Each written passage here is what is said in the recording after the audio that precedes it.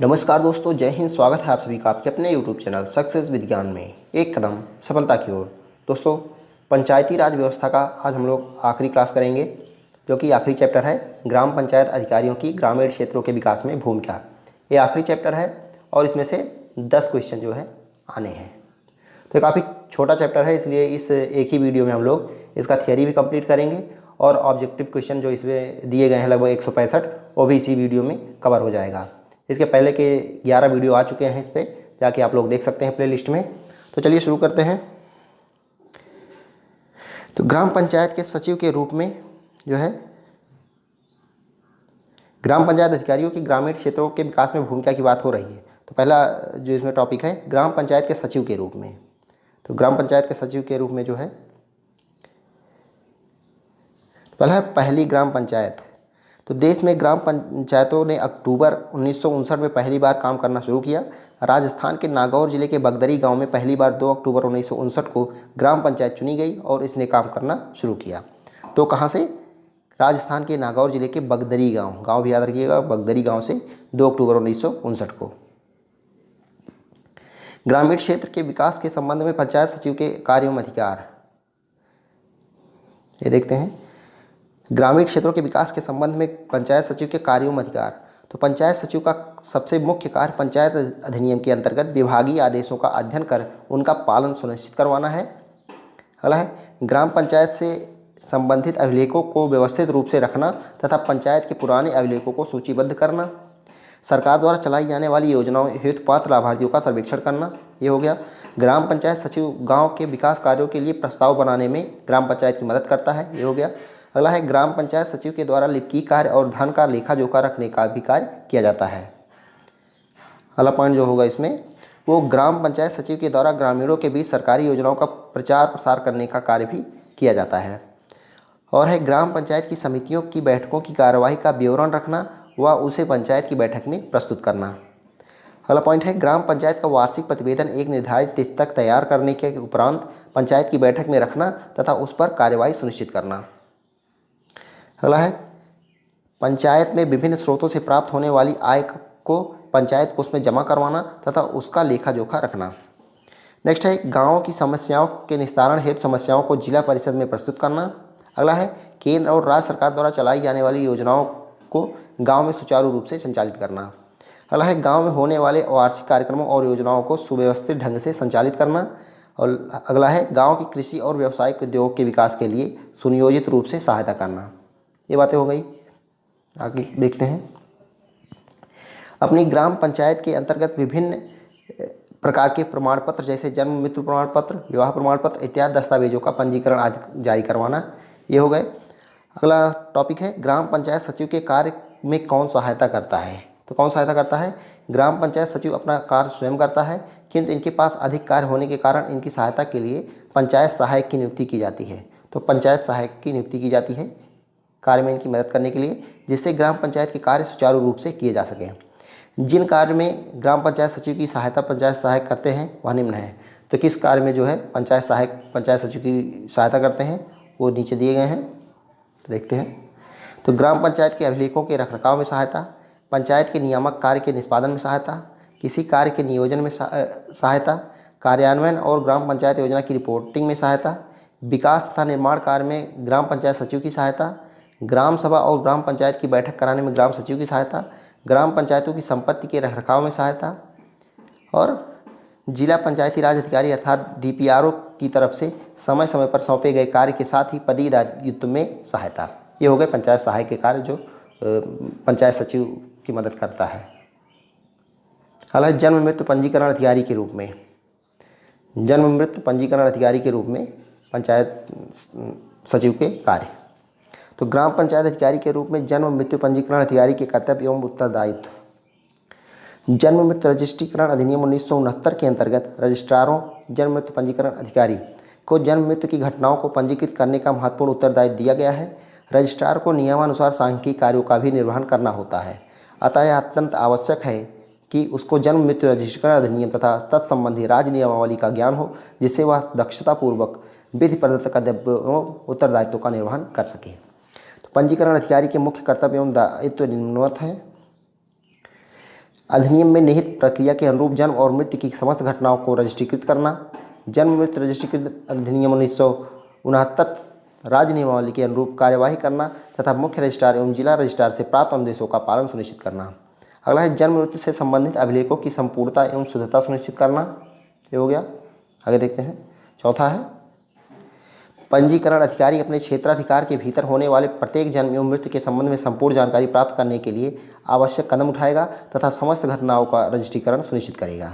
पांचवा पॉइंट है पंजीकरण अधिकारी नगरीय क्षेत्रों में स्थित चिकित्सकीय संस्थाओं जन्म मृत्यु रजिस्ट्रीकरण हेतु अधिकृत अन्य संस्थाओं से जन्म मृत्यु संबंधी सूचनाएं समय से प्राप्त करना सुनिश्चित करेंगे। अगला है पंजीकरण अधिकारी द्वारा जन्म मृत्यु रजिस्ट्रीकरण की आवश्यकता, महत्व, लाभ तथा रजिस्ट्रीकरण प्रक्रिया से जनता को अवगत कराने हेतु आवश्यक कदम उठाना। जन्म एवं मृत्यु की घटना के रजिस्ट्रीकरण के तुरंत बाद जन्म अथवा मृत्यु प्रमाण पत्र निर्गत करना तथा पुनर्मांग पर उसकी प्रति देना। यह हो गया। उत्तर प्रदेश जन्म मृत्यु रजिस्ट्रीकरण नियमावली 2002 में जैसा कि निर्दिष्ट किया गया है के अनुसार रजिस्ट्रार निश्चित अवधि में सांख्यिकीय सूचनाएं निर्धारित प्रपत्रों में तैयार कर अपर जिला मजिस्ट्रार को भेजेगा। तो अपर जिला रजिस्ट्रार को जो है भेजेगा। अगला है रजिस्ट्रार जन्म मृत्यु रजिस्ट्रीकरण से संबंधित समस्त अभिलेखों को अपनी सुरक्षा में रजिस्ट्रीकरण वर्ष के पश्चात 1 वर्ष तक रखेगा तथा उसके बाद जिला पंजीकरण अधिकारी को भेज देगा। तो रजिस्ट्रार जो होगा जन्म मृत्यु रजिस्ट्रीकरण से संबंधित समस्त अभिलेख जो होंगे वो अपनी सुरक्षा में जो है रजिस्ट्रीकरण वर्ष के पश्चात 1 वर्ष तक रखेगा। उसके बाद जो है जिला पंजीकरण अधिकारी को भेज देगा। अगला है पंजीकरण अधिकारी अपने कार्य क्षेत्र में होने वाले किसी परिवर्तन आदि की सूचना मुख्य पंजीकरण अधिकारी को शीघ्र भेजेगा तथा दिशा निर्देश प्राप्त करेगा। ये हो गया है। पंजीकरण अधिकारी रजिस्ट्रार द्वारा जन्म मृत्यु रजिस्ट्रीकरण में सुधार हेतु उठाए जाने वाले महत्वपूर्ण कदम ये देखते हैं। तो पंजीकरण अधिकारी को अपने कार्य क्षेत्र में निवास करने वाले परिवारों की विशिष्टताओं का ज्ञान होना चाहिए तथा उसे अपने क्षेत्र में चिकित्सा संस्थाओं तथा उन्हें कार्यरत कर्मचारियों के संपर्क में रहना चाहिए, जिससे रजिस्ट्रार को अपने क्षेत्र में होने वाली जन्म मृत्यु की संख्या का उचित अनुमान हो सके। ये हो गया।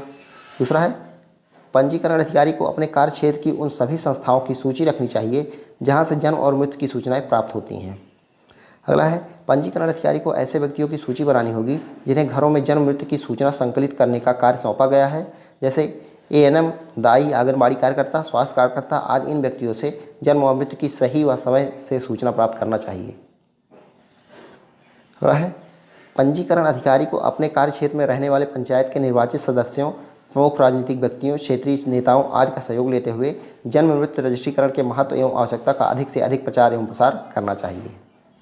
ये हो गया। पांचवा देखते हैं।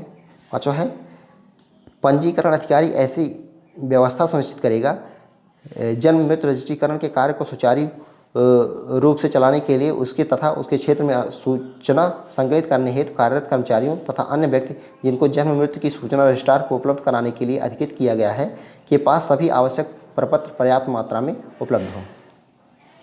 पंजीकरण की प्रक्रिया देखते हैं। जन्म मृत्यु की घटनाओं की सूचना देने हेतु 3 प्रकार के फॉर्म निर्धारित हैं। तो प्रपत्र संख्या 1 में जो है जन्म सूचना प्रपत्र, प्रपत्र संख्या 2 मृत्यु सूचना प्रपत्र, प्रपत्र संख्या 3 जो है अन्य प्रकार के प्रपत्र। इन प्रत्येक प्रपत्रों को दो भाग हैं। बायां भाग वैधानिक भाग है तथा दायां भाग सांख्यिकीय भाग होता है। प्रपत्र के वैधानिक भाग में ऐसी सूचनाएं सम्मिलित की जाती हैं जिनका उपयोग वैधानिक उद्देश्यों के लिए किया जा सकता है। सांख्यिकीय भाग में सम्मिलित सूचनाओं का उपयोग सांख्यिकीय विश्लेषण में किया जाएगा। अगला है रजिस्ट्रार द्वारा पंजीकरण प्रक्रिया में उठाए जाने वाले विभिन्न कदम निम्न प्रकार होंगे। कौन कौन से? तो पहला है पंजीकरण अधिकारी व्यक्तिगत सूचनादाताओं, अस्पतालों, चिकित्सकों या अन्य संस्थाओं या सूचित अधिकारियों के माध्यम से जन्म और मृत्यु की सूचना निर्धारित प्रपत्र में प्राप्त करेगा। प्रत्येक फॉर्म की पूर्णता एवं शुद्धता की सावधानीपूर्वक जांच करेगा। साथ ही यह भी सुनिश्चित करेगा कि फॉर्म में की गई प्रविष्टियां पठनीय एवं स्पष्ट हों। है पंजीकरण अधिकारी सूचनादाताओं द्वारा उपलब्ध कराए गए प्रपत्रों में अंकित प्रविष्टियों की शुद्धता एवं पूर्णता की जांच करेगा। अगला है पंजीकरण अधिकारी किसी अनपढ़ सूचनादाता द्वारा दी गई मौखिक सूचना को संबंधित सूचना प्रपत्र में प्रविष्ट स्वयं करेगा तथा सूचनादाता के स्थान पर उसका हस्ताक्षर अथवा निशानी अंगूठा विधिक भाग पर प्राप्त करेगा। ये बातें हो गई।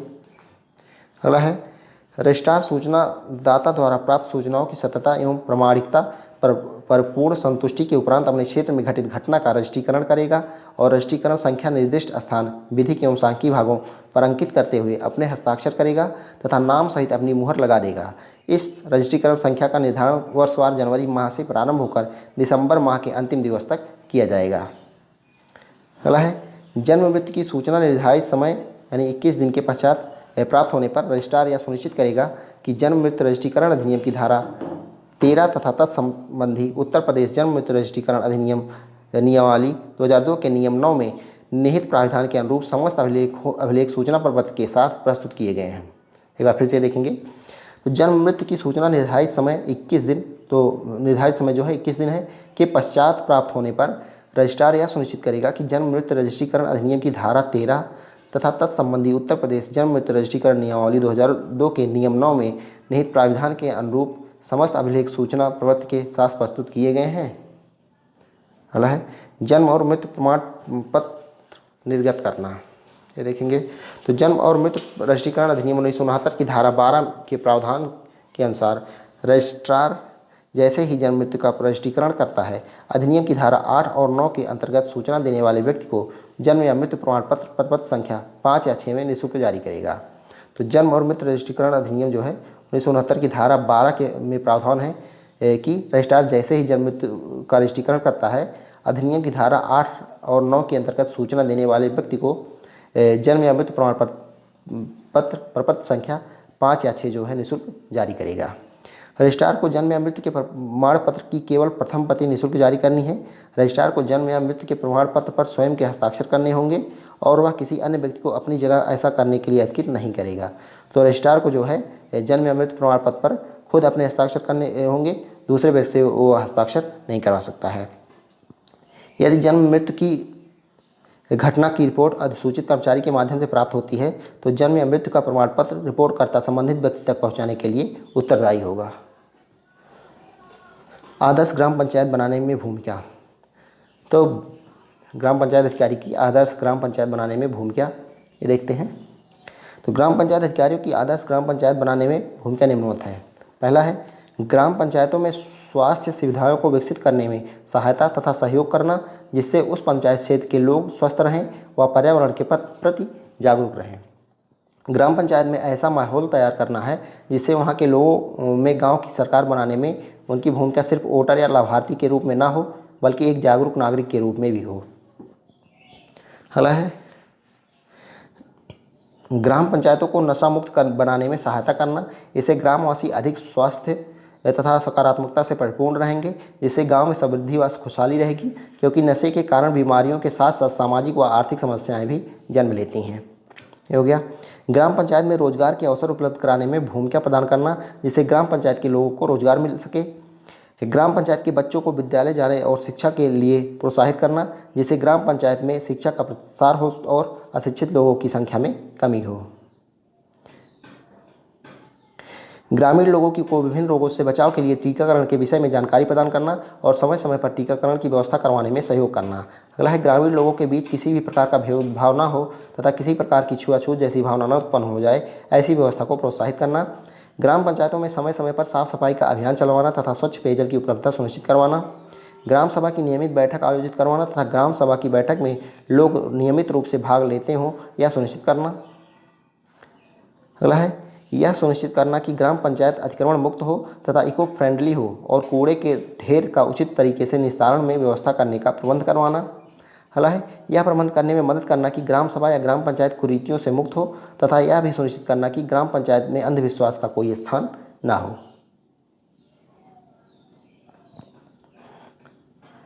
अगला है ग्राम पंचायत का वातावरण सौहार्दपूर्ण बनाने में सहयोग प्रदान करना तथा यह सुनिश्चित करना कि ग्राम पंचायत में उत्पन्न हुए किसी भी विवाद का हल ग्राम पंचायत द्वारा ही निकाल लिया जाए। यह सुनिश्चित करना कि ग्राम पंचायत में सभी को उनकी आजीविका के लिए क्षमता के अनुसार रोजगार के साधन उपलब्ध होने चाहिए तथा उनको संबंधित न्यूनतम मजदूरी भी उपलब्ध होनी चाहिए। अगला है ग्राम पंचायत के लोगों को कौशल विकास कार्यक्रमों के लाभ सुनिश्चित कराने के बंद कराने में सहायता करना चाहिए। यह सुनिश्चित करने का दायित्व लेना चाहिए कि शासन द्वारा चलाई जा रही समस्त जन कल्याणकारी योजनाओं का लाभ सबसे पहले गरीब और पात्र व्यक्तियों को मिले। अपात्र व्यक्तियों को इन योजनाओं का लाभ लेने से रोकना चाहिए तो ग्राम पंचायतों में महिलाओं एवं बच्चों के लिए भयमुक्त वातावरण की स्थापना करने में ग्राम पंचायत को सहयोग प्रदान करना चाहिए। अगला है, यह सुनिश्चित करना कि ग्राम पंचायत में अक्षय ऊर्जा स्रोत, सौर, वायु आदि से संबंधित तकनीक उपलब्ध हो। अगला है, गाँव में चलने वाले स्वयं सहायता समूहों की ग्राम पंचायतों में स्थापना पर जोर देना चाहिए। यह सुनिश्चित करना कि ग्राम पंचायत में बैंक, एटीएम एवं बैंक सखी बीसी की उपलब्धता हो तथा इन सभी सुविधाओं के लिए इंटरनेट कनेक्टिविटी की व्यवस्था हो। अगला है, गांव या ग्राम पंचायतों में बच्चों को खेलने के लिए खेल के मैदान हो, ऐसी सुविधा प्रदान करवाने के लिए प्रयास करना चाहिए। गांव में गौशाला तथा काजी हाउस की व्यवस्था में सहयोग प्रदान करवाना। ग्राम पंचायत में पुस्तकालय, व्यायामशाला तथा वाचनालय आदि की व्यवस्था को सुनिश्चित करना। ग्राम पंचायत में सभी धर्मों को मानने वाले लोगों के लिए उनके धर्म के अनुसार उचित स्थान निर्धारित करने में सहयोग करना। इसके बाद ग्राम पंचायत में अंतिम संस्कार के लिए उचित स्थान की उपलब्धता करने में सहयोग प्रदान करना। ये तो हो गए आदर्श ग्राम पंचायत बनाने में ग्राम पंचायत अधिकारी की भूमिका। अब देखते हैं आत्मनिर्भर ग्राम पंचायत बनाने में भूमिका। आत्मनिर्भर ग्राम पंचायत बनाने में भूमिका देखते हैं। तो उत्तम उर्वरक व शुद्ध बीज वितरण। टिकाऊ कृषि के लिए बीज बुनियादी और सबसे महत्वपूर्ण इनपुट है। अन्य सभी आदानों की प्रतिक्रिया काफ़ी हद तक बीजों की गुणवत्ता पर निर्भर करती है। तो उत्तम उर्वरक व शुद्ध वितरण टिकाऊ कृषि के लिए जो है बीज बुनियादी और सबसे महत्वपूर्ण इनपुट है। अन्य सभी आदानों की प्रतिक्रिया जो है काफ़ी हद तक बीजों की गुणवत्ता पर निर्भर होती है। अतः ग्राम पंचायत अधिकारी द्वारा गाँव के सशक्तिकरण के लिए बीज व उर्वरक वितरण में लूप होल, बचाव का रास्ता की समस्या का समाधान किया जाना चाहिए। अगला देखते हैं भारत में बीज वितरण फ्लो चार्ट। बीज वितरण फ्लो चार्ट देखते हैं।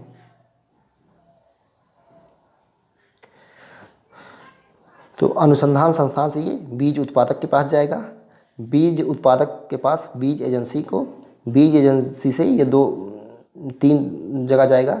एक तो एनजीओ की तरफ जाएगा, पब्लिक सेक्टर की तरफ और निजी क्षेत्र में। तो किसान को जो है ये पब्लिक सेक्टर से भी प्राप्त हो जाएगा, निजी क्षेत्र से भी और एनजीओ से। और इसके अलावा किसान को जो है ये अनुसंधान संस्थान से डायरेक्ट भी मिल सकता है। तो ये हो गया बीज वितरण फ्लो चार्ट। अनुसंधान संस्थान से डायरेक्ट किसान को प्राप्त हो सकता है। इसके अलावा अनुसंधान संस्थान से बीज उत्पादक के पास जाएगा, बीज उत्पादक के पास से बीज एजेंसी के पास, बीज एजेंसी से जो है पब्लिक सेक्टर में जाएगा, एनजीओ में जाएगा, निजी क्षेत्र में जाएगा। और इन तीनों माध्यम से जो है किसान को बीज जो है प्राप्त होगा। आगे देखते हैं भूमि सुधार संबंधी कार्यक्रम। भूमि सुधार संबंधी कार्यक्रम देखते हैं। तो ग्राम पंचायत अधिकारी द्वारा भूमि सुधार संबंधी निम्न कार्य किए जाने चाहिए। दाखिल खारिज में सुधार, नाम पते में सुधार, जमाबंदी में सुधार, खसरा, रकबा, लगान आदि में सुधार। ये हो गया भूमि सुधार संबंधी कार्यक्रम। आगे देखते हैं सरकारी योजनाओं की पहुंच सुनिश्चित करना। तो ग्राम पंचायत अधिकारी द्वारा गाँव को सशक्त करने के उद्देश्य से सरकारों, राज्य व केंद्र द्वारा संचालित विभिन्न योजनाओं का लाभ सामान्य जन तक पहुँचाने का प्रयास करना चाहिए, जिसमें निम्न कार्रवाई की जा सकती है। कौन कौन सी? पहला, योजनाओं की सूचना व लाभ के बारे में आम जन को सूचित करके। दूसरा, सहज जन सेवा केंद्र के माध्यम से। तीसरा, जन जागरूकता कैंप के माध्यम से। चौथा, पंचायत सहायक के माध्यम से डोर टू डोर जागरूकता कार्यक्रम। ये हो गया। अगला है रोजगार सृजन। तो ग्राम पंचायत अधिकारी द्वारा ग्रामीण रोजगार सृजन कार्यक्रमों यथा मनरेगा व लघु उद्योगों के लिए प्रोत्साहित करके ग्रामीण जनमानस को आत्मनिर्भर किया जा सकता है।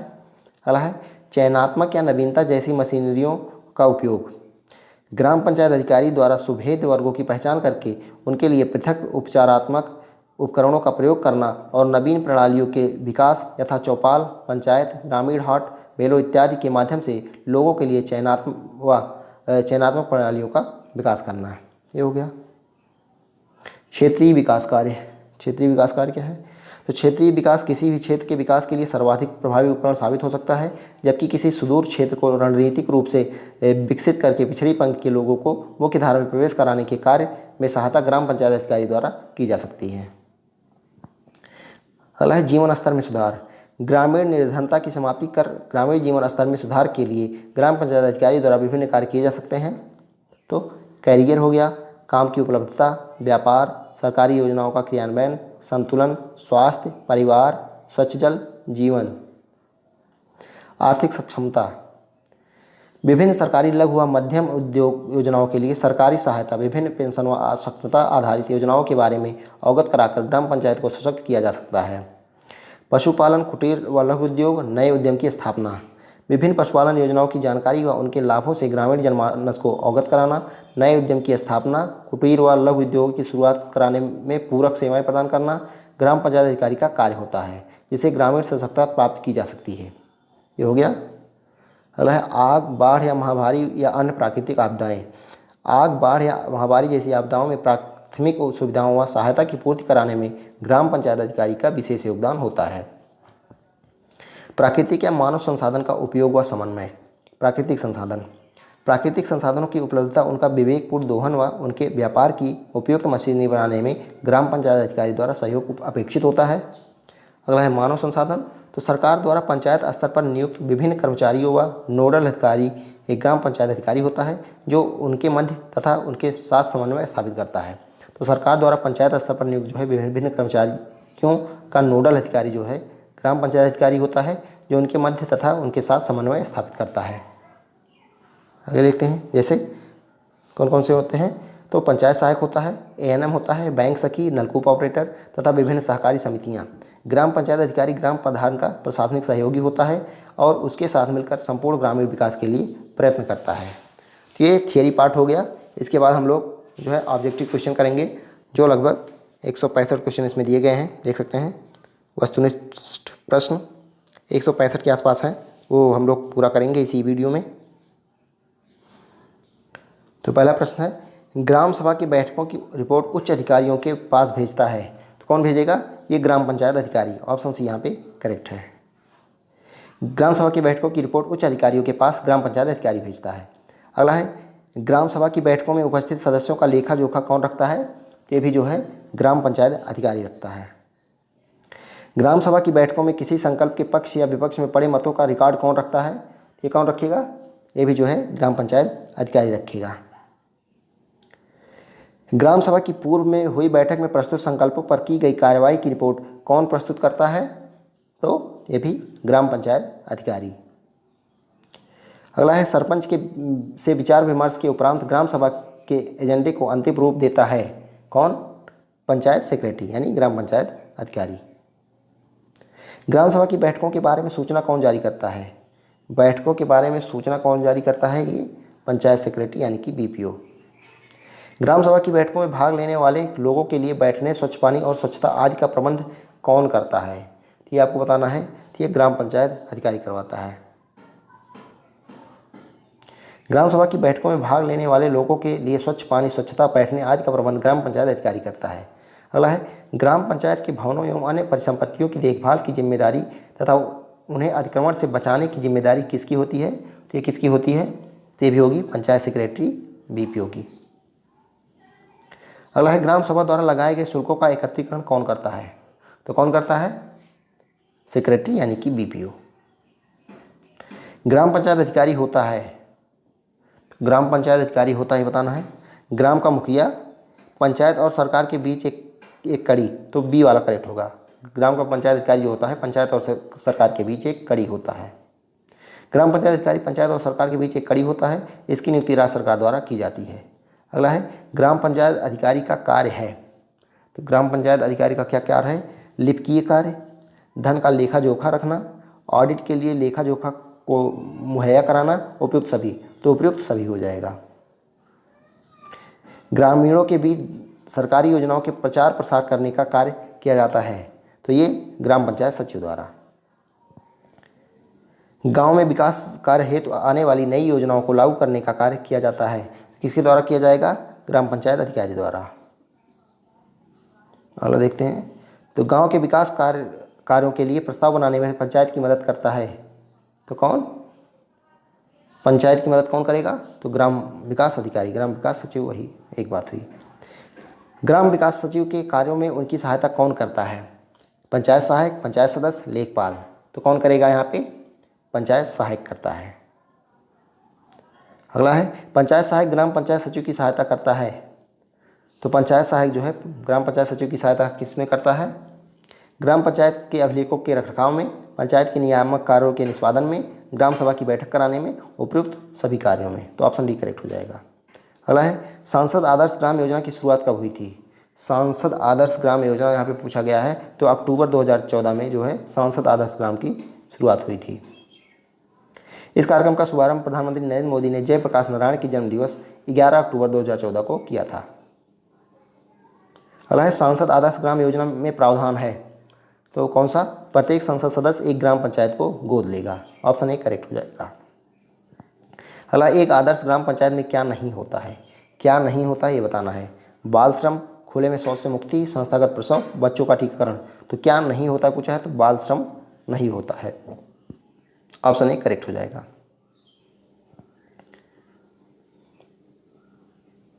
20वां क्वेश्चन देखते हैं। यह एक ग्राम पंचायत को आदर्श ग्राम पंचायत बनाने में महत्वपूर्ण घटक हैं। नेतृत्व का गुण, स्थानीय समुदायों की भागीदारी, सरकारी योजनाओं के बीच तालमेल, उपयुक्त सभी। ऑप्शन डी यहाँ पे करेक्ट हो जाएगा।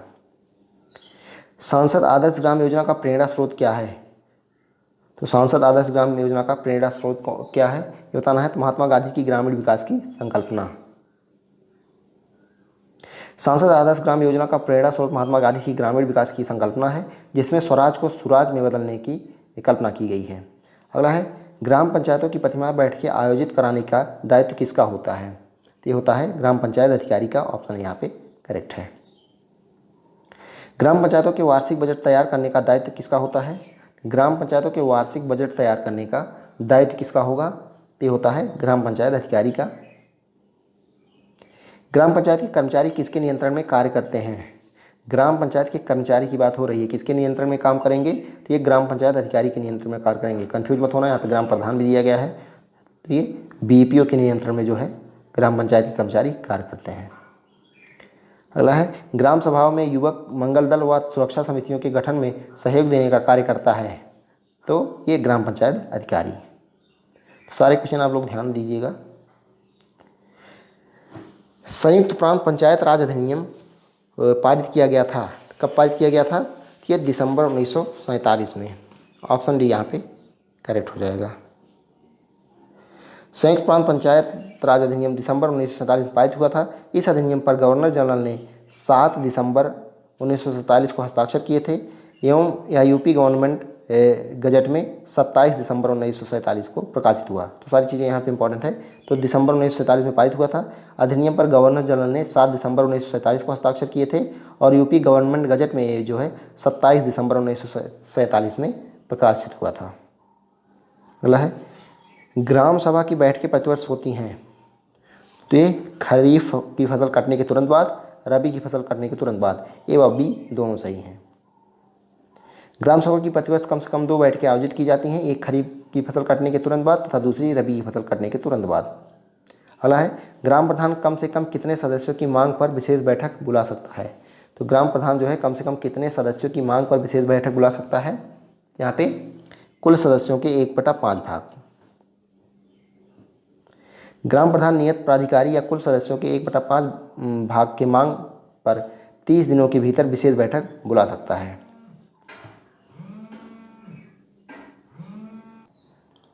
अगला है ग्राम सभा की किसी बैठक की गणपूर्त की संख्या होती है, तो ग्राम सभा के बैठक की गणपूर्त की संख्या कोरम कितना होता है? तो यहाँ पे सदस्यों की संख्या का 1/5 भाग। ग्राम सभा की किसी बैठक की गणपूर्त की संख्या सदस्यों की संख्या की 1/5 होती है, किंतु गणपूर्त के अभाव में स्थगित की गई किसी बैठक के लिए गणपूर्त की आवश्यकता नहीं होती है। तो क्वेश्चन है ग्राम सभा द्वारा किन कृत्यों का संपादन किया जाता है? तो ग्राम सभा द्वारा किन कृत्यों का संपादन किया जाता है ये बताना है। दिया गया है सामुदायिक कल्याण कार्यक्रमों के लिए स्वैच्छिक श्रम एवं अंशदान जुटाना, ग्राम से संबंधित विकास योजनाओं के कार्यान्वयन के लिए हिताधिकारी की पहचान करना, ग्राम से संबंधित विकास योजनाओं के क्रियान्वयन में सहायता पहुंचाना, उपयुक्त सभी हो जाएगा। सामुदायिक कल्याण कार्यक्रमों के लिए स्वैच्छिक श्रम एवं अंशदान जुटाना, ग्राम से संबंधित विकास योजनाओं के कार्यान्वयन के लिए हिताधिकारी की पहचान, ग्राम से संबंधित विकास योजनाओं के क्रियान्वयन में सहायता आदि सभी ग्राम सभा के कृत्य हैं। अगला है ग्राम पंचायत के प्रथम बैठक का आयोजन किया जाता है, तो ग्राम पंचायत के प्रथम बैठक का आयोजन किया जाता है तो ग्राम पंचायत के गठन के 30 दिन के अंदर। तो ग्राम पंचायत की पहली बैठक जो होगी ग्राम पंचायत के गठन के 30 दिन के अंदर होना अनिवार्य होता है। अगला है ग्राम पंचायत सचिव के कार्यों को निर्धारित किया जाता है। तो ग्राम पंचायत सचिव के कार्यों को निर्धारित किया जाता है ये राज्य सरकार द्वारा। ऑप्शन सी करेक्ट है। ग्राम पंचायत की भूमि प्रबंधक समिति का अध्यक्ष कौन होता है? यहाँ पे भूमि प्रबंधक समिति का अध्यक्ष की बात की गई है। तो ग्राम प्रधान, पंचायत सचिव, लेखपाल या इनमें से कोई नहीं। तो यहाँ पे इनमें से यहाँ पे ग्राम प्रधान जो है भूमि प्रबंधक समिति का अध्यक्ष होता है। तो यहाँ पे बी ऑप्शन करेक्ट हो जाएगा। एक ग्राम पंचायत की भूमि प्रबंधक समिति का अध्यक्ष जो होता है वो प्रधान होता है। यहाँ पे पंचायत सचिव लिखा गया है लेकिन ये गलत है। बी ऑप्शन जो है नहीं करेक्ट है, ए ऑप्शन करेक्ट होगा। तो ग्राम पंचायत की भूमि प्रबंधक समिति का अध्यक्ष जो होता है वो ग्राम प्रधान होता है। अगला है ग्राम पंचायत भूमि प्रबंधक समिति का सचिव होता है। तो यहाँ पे सचिव पूछा गया है, तो भूमि प्रबंधक समिति का सचिव कौन होगा? ये लेखपाल होता है, ध्यान रखिएगा। ग्राम पंचायत भूमि प्रबंधक समिति का सचिव उस ग्राम पंचायत के अधिकारिता में आने वाला क्षेत्र का लेखपाल होता है। अगला है भूमि प्रबंधक समिति का कार्य है। तो भूमि प्रबंधक समिति का कार्य क्या है? वन तथा वृक्षों का परीक्षण और रक्षण तथा विकास, हाटों बाजारों तथा मेलों का प्रबंध, तालाबों का अनुरक्षण तथा विकास, उपयुक्त सभी। तो हो जाएगा उपयुक्त सभी।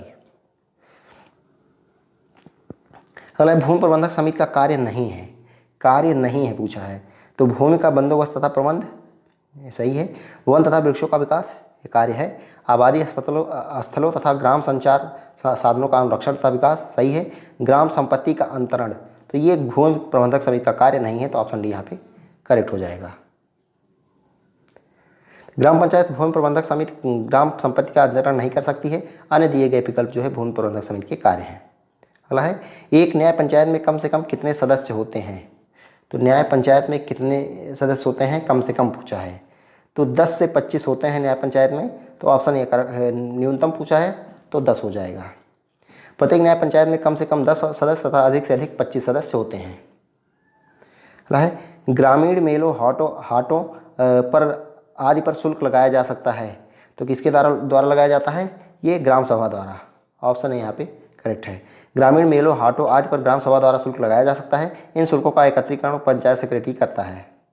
अगला देखते हैं ग्राम पंचायत अधिकारी का मुख्य कार्य होता है। तो ये सरकार की योजनाओं का सफलतापूर्वक क्रियान्वयन कराना। तो ये ग्राम पंचायत अधिकारी का मुख्य कार्य होता है।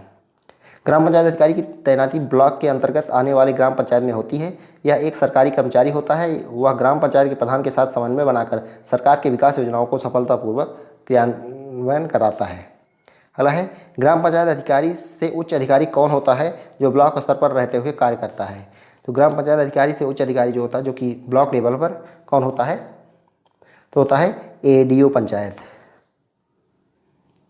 ग्राम पंचायत अधिकारी से उच्च अधिकारी एडीओ पंचायत होता है जो ब्लॉक स्तर पर कार्य करता है। वहीं जिले स्तर पर इनका बड़ा अधिकारी जिला पंचायत राज अधिकारी होता है जिन्हें डीपीआरओ कहा जाता है। अगला मिशन अंत्योदय किस मंत्रालय से संबंधित है? तो ये ग्रामीण विकास मंत्रालय से संबंधित है। ऑप्शन भी करेक्ट हो जाएगा। डिटेल देखते हैं इसके बारे में। मिशन अंत्योदय ग्रामीण विकास मंत्रालय द्वारा शुरू किया गया था। इस मिशन का उद्देश्य महात्मा गांधी की 150वीं जयंती 2 अक्टूबर 2019 तक मौजूदा योजनाओं के तहत 1 करोड़ परिवारों और 50,000 ग्राम पंचायतों की जीवन में सुधार करना है। मिशन अंत्योदय के तहत चुने गए ग्राम पंचायतों को ग्राम पंचायत विकास योजना तैयार करते समय मिशन अंत्योदय के तहत लक्ष्य हासिल करना है। ग्राम पंचायत विकास योजना में पंचायत का प्रारंभिक कार्य क्या होता है? ग्राम पंचायत विकास योजना में पंचायत का प्रारंभिक कार्य क्या होता है? तो यहाँ पे योजना समिति का गठन करना सबसे पहला कार्य होता है। ग्राम पंचायत विकास योजना के अंतर्गत प्रारंभिक कार्य योजना प्रक्रिया के समर्थन में समिति का गठन किया करना है। पूरे ग्राम पंचायत के लिए एक योजना समिति या विभिन्न क्षेत्रों के लिए अलग अलग समितियां हो सकती हैं। भूमि सम्मान योजना का संबंध किससे है? भूमि सम्मान योजना की बात हो रही है तो ये ग्रामीण विकास मंत्रालय से। भूमि सम्मान योजना का संबंध ग्रामीण विकास मंत्रालय से है। भूमि सम्मान योजना का मुख्य उद्देश्य digital India land record modernisation programme DILRM के कार्यान्वयन में उत्कृष्ट प्रदर्शन को सम्मानित करना और प्रोत्साहन करना है। यह कार्यक्रम भूमि रिकॉर्ड और पंजीकरण प्रक्रियाओं को आधुनिक बनाने, प्रशासनिक प्रक्रियाओं को सुव्यवस्थित करने और शासन में पारदर्शिता और दक्षता सुनिश्चित करने में सहायक है। ये हो गया। अगला देखते हैं सामुदायिक विकास कार्यक्रम की शुरुआत की गई थी। तो ये 2 अक्टूबर 1952 को। तो 2 अक्टूबर 1952 को देश भर के 55 विकास खंडों की स्थापना के साथ किया गया था। इसके माध्यम से ग्रामीणों में आत्मविश्वास को बढ़ाना और तथा उन्हें आत्मनिर्भर बनाने के लिए प्रशासनिक ढांचा तैयार करना था। सबसे पहले 55 विकास खंडों में ये शुरू किया गया था। हालांकि ग्रामीण स्वास्थ्य एवं पोषण दिवस का आयोजन 1 महीने में कितनी बार किया जाता है, तो ये भी इम्पोर्टेंट है। तो ये 1 महीने में 1 बार किया जाता है। ANM आंगनबाड़ी कार्यकर्ता एवं आशा के संयुक्त प्रयास से नियत दिवस बुधवार या शनिवार को प्रत्येक गांव में प्रत्येक माह में 1 बार आयोजित किया जाता है। ग्रामीण स्वास्थ्य एवं पोषण दिवस का आयोजन आंगनबाड़ी केंद्र में या समुदाय द्वारा तय किए गए किसी नियत स्थान पर किया जाता है। हालांकि ग्राम स्वास्थ्य एवं पोषण दिवस के लाभार्थी हैं तो कौन है? गर्भवती महिलाएं, बच्चे 0 से 5 वर्ष, धात्री महिलाएं, उपयुक्त सभी। तो हो जाएगा उपयुक्त सभी। इसके अलावा किशोरी बालिकाएं जो 10 से 19 वर्ष तक हैं वो भी इसके अंतर्गत आती हैं। हालांकि पंचायत से संबंधित सभी कार्यों की निगरानी के लिए कौन सा डिजिटल ऐप जारी किया गया है, ये भी इंपॉर्टेंट है। तो ये है ई ग्राम स्वराज, ऑप्शन यहाँ पे करेक्ट है। पंचायत से संबंधित सभी कार्यों की स्थिति को जानने तथा मजबूती प्रदान करने के लिए ई ग्राम स्वराज ऐप जारी किया गया है। इस ऐप के माध्यम से नागरिक अपनी ग्राम पंचायत में चल रहे विभिन्न कार्यों की जानकारी प्राप्त कर सकेंगे। इससे जवाबदेही में वृद्धि होगी।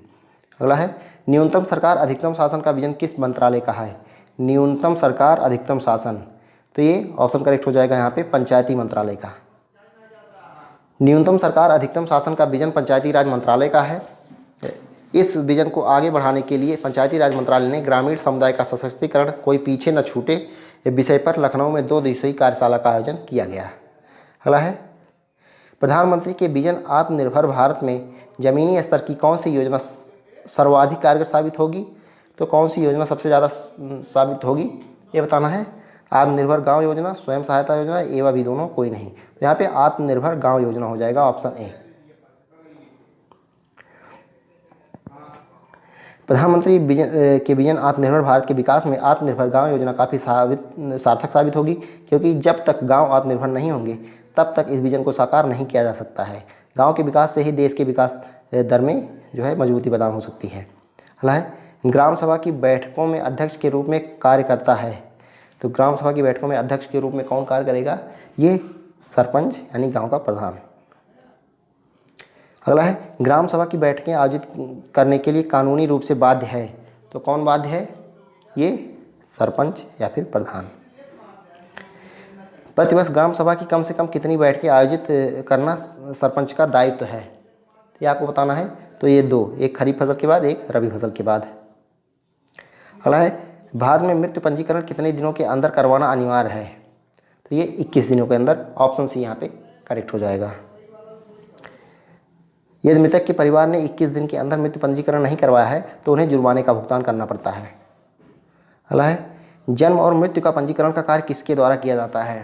तो ये राज्य सरकार द्वारा किया जाता है। जन्म एवं मृत्यु पंजीकरण किस सूची का विषय है? तो ये किस सूची का विषय है? ये समवर्ती सूची का। तो जन्म एवं मृत्यु पंजीकरण जो है ये समवर्ती सूची का विषय है, तो इम्पोर्टेंट है, ध्यान रखिएगा। ये राज्य सूची का विषय नहीं, ये समवर्ती सूची का विषय है, जन्म एवं मृत्यु पंजीकरण। स्वतंत्रता के बाद जन्म एवं मृत्यु पंजीकरण अधिनियम कब आया है? ये भी इम्पोर्टेंट है। तो 1969 में, ऑप्शन बी यहाँ पे करेक्ट है। स्वतंत्रता के बाद जन्म एवं मृत्यु पंजीकरण अधिनियम वर्ष 1969 में लाया गया था। यह अधिनियम देश भर में एक रूपता और तुलनात्मकता को बढ़ावा देने के लिए आंकड़ों का संकलन करता है। अगला है ब्रिटिश भारत में सर्वप्रथम केंद्रीय जन्म मृत्यु और विवाह पंजीकरण अधिनियम कब आया था? तो ये कब आया था? ये 1886 में आया था। भारत में नागरिक पंजीकरण प्रणाली का इतिहास 19वीं शताब्दी के मध्य का है। वर्ष 1886 में पूरे ब्रिटिश भारत में स्वैच्छिक पंजीकरण प्रदान करने के लिए एक केंद्रीय जन्म मृत्यु और विवाह पंजीकरण अधिनियम लाया गया था। अगला प्रश्न है जन्म एवं मृत्यु पंजीकरण संशोधन विधेयक 2023 लोकसभा में कब पेश किया गया? लोकसभा में कब पेश किया गया ये बताना है। तो ये 26 जुलाई 2023 को पेश किया गया।